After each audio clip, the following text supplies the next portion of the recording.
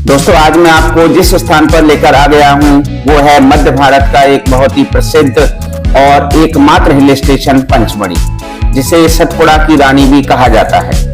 मध्य प्रदेश के होशंगाबाद जिले में सतपुड़ा की पहाड़ियों में 1100 मीटर की ऊंचाई पर स्थित पंचमढ़ी की सुंदरता ही कुछ ऐसी है कि जो एक बार यहाँ आता है वह बार बार आना चाहता है। कल कल बहते झरने, प्राकृतिक गुफाएं, दूर तक फैले सतपुड़ा के घने जंगल के खूबसूरत नजारे और प्राचीन मंदिर। पंचमढ़ी में देखने के लिए इतना कुछ है कि आपका दिल नहीं भरेगा। आइए अपनी तरह के इस अनूठे हिल स्टेशन पंचमढ़ी के इतिहास और यहाँ के प्रमुख आकर्षणों के बारे में जानते हैं। ऐसा कहा जाता है कि पांडव अपने वनवास के दौरान पंचमढ़ी आए थे और यहाँ गुफाओं में निवास किया था। इस कारण इस स्थान को पंचमढ़ी नाम मिला है। अंग्रेजों के जमाने में पंचमढ़ी का इलाका गौंड आदिवासियों के राजा भाबुत सिंह के राज्य में आता था। सन 1857 में ब्रिटिश सेना के कैप्टन जेम्स फॉर्सिथ झांसी के लिए अपनी सेना लेकर जा रहे थे। तब उन्होंने अब तक अनटच्ड इस बेहद खूबसूरत जगह का बेहंगम नजारा देखा। यह भी कहा जा सकता है कि आधुनिक काल में पंचमढ़ी हिल स्टेशन की खोज कैप्टन फॉर्सिथ ने की। इसके बाद ही इस स्थान यानी पंचमढ़ी को एक हिल स्टेशन के रूप में पहचान मिली।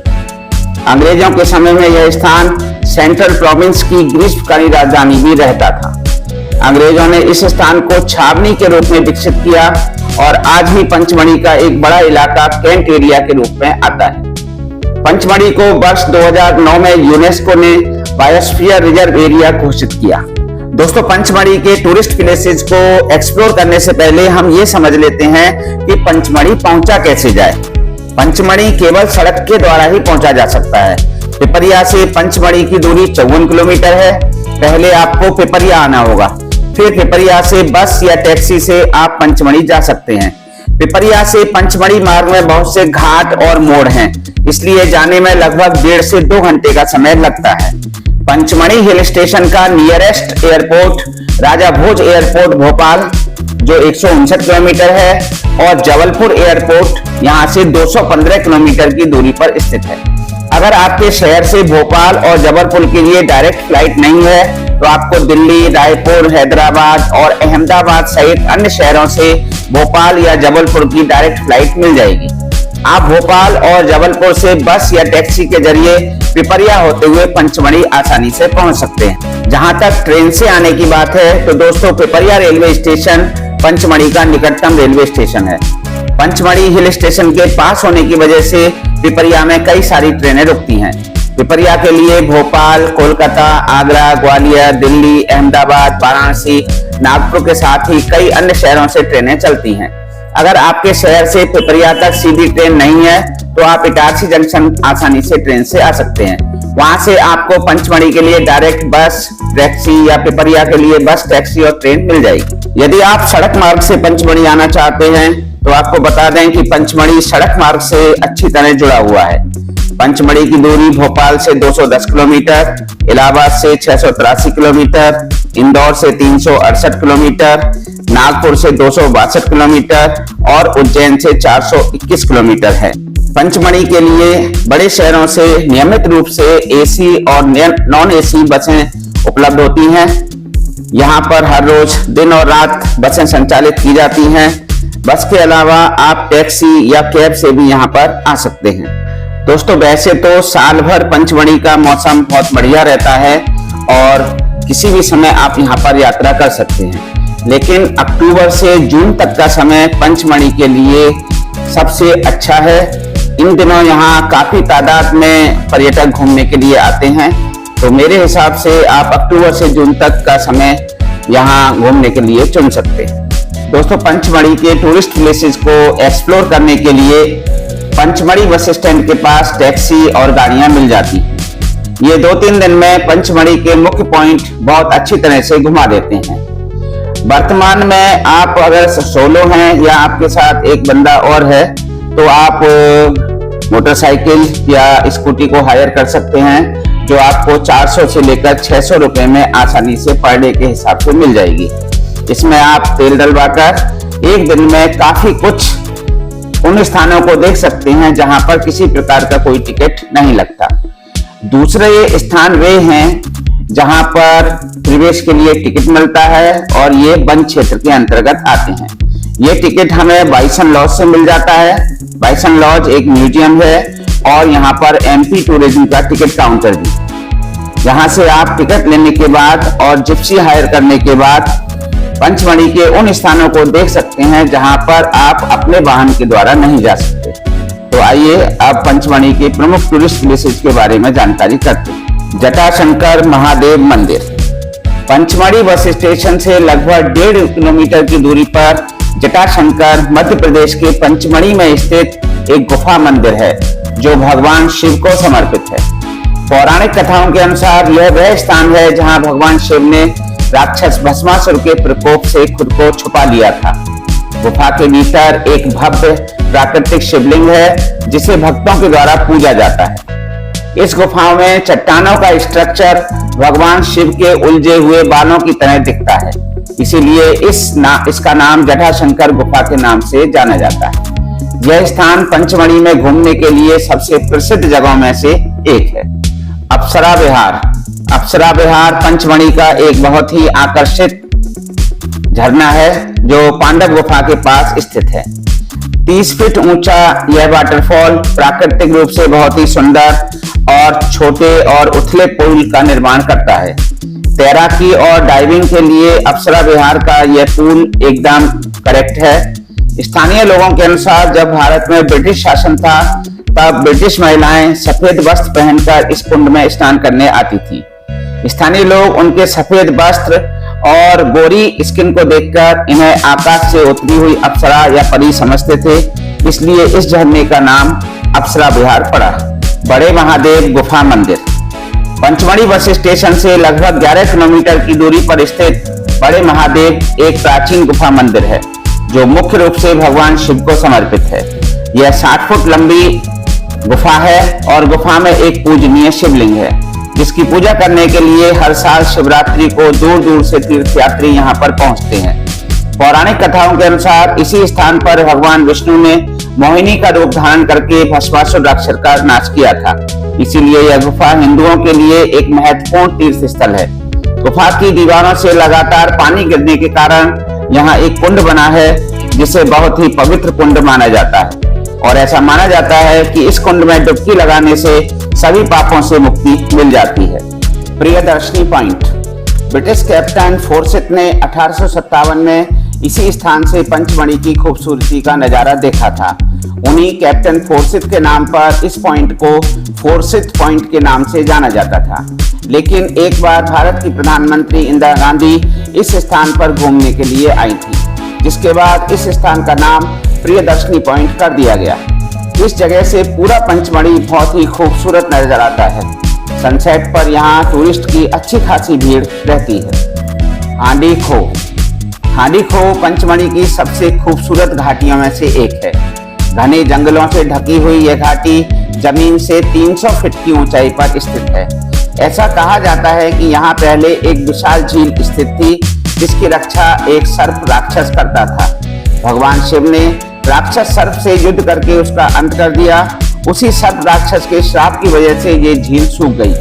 एक हांडी की तरह दिखने के कारण इसका नाम हांडी खो पड़ गया। नीचे से कच्चा रूट दिखेगा, छोटा सा एक कच्चा लाल कलर का रास्ता टाइप दिखेगा, पाइप दिख रहा है।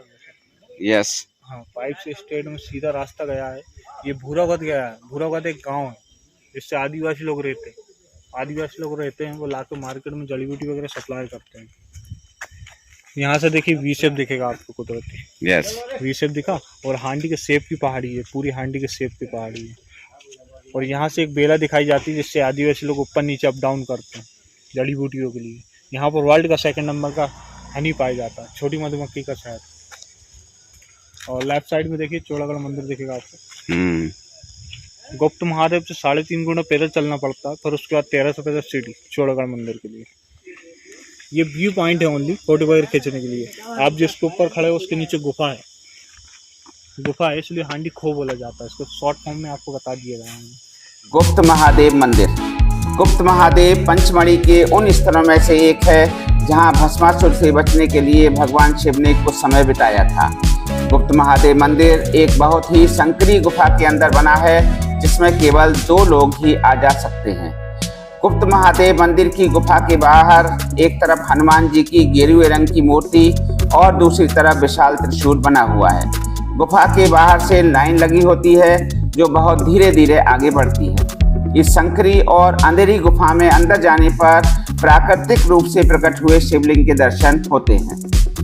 गुफा से बाहर आने के बाद आप राहत की सांस ले सकते हैं। दोस्तों, अब लेकर चलते हैं आपको चौरागढ़ महादेव मंदिर पर, जो पंचमढ़ी के सबसे प्राचीन मंदिरों में से एक है। समुद्र तल से 4200 फीट की ऊंचाई पर स्थित इस मंदिर तक पहुंचने के लिए लगभग 1325 सीढ़ियां चढ़नी पड़ती हैं। यह एक थोड़ा कठिन ट्रैक है, लेकिन जब आप इस दूरी को तय कर लेते हो तो यहाँ का प्राकृतिक नजारा आपको मंत्रमुग्ध कर देगा। पंचमढ़ी का या यूं कहिए कि मध्य प्रदेश का ये सबसे ऊंचा स्थान है। पौराणिक कथाओं के अनुसार भस्मासुर को वरदान देने के बाद वह भगवान भोलेनाथ ने यहाँ निवास किया था। जाते समय भगवान शिव यहाँ अपना त्रिशूल छोड़ गए थे, इसलिए शिव भक्त अपनी मनोकामना पूरी होने पर यहाँ त्रिशूल चढ़ाते हैं। यहाँ के पंडित जी ने हमें बताया कि यहाँ चौरा बाबा ने कई वर्षों तक भगवान शिव की तपस्या की थी और उनकी तपस्या से प्रसन्न होकर भगवान ने उन्हें दर्शन दिए। तभी से इस पहाड़ की चोटी का नाम चौरागढ़ पड़ गया।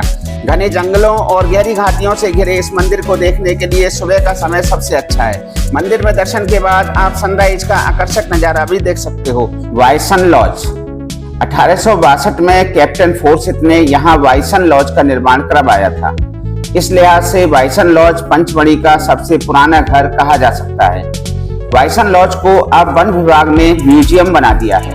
यहाँ सतपुड़ा नेशनल पार्क की बंदरवर और एनिमल्स, बर्ड्स के बारे में जानकारी को बहुत ही अच्छे ढंग से प्रस्तुत किया गया है। पांडव गुफाएं।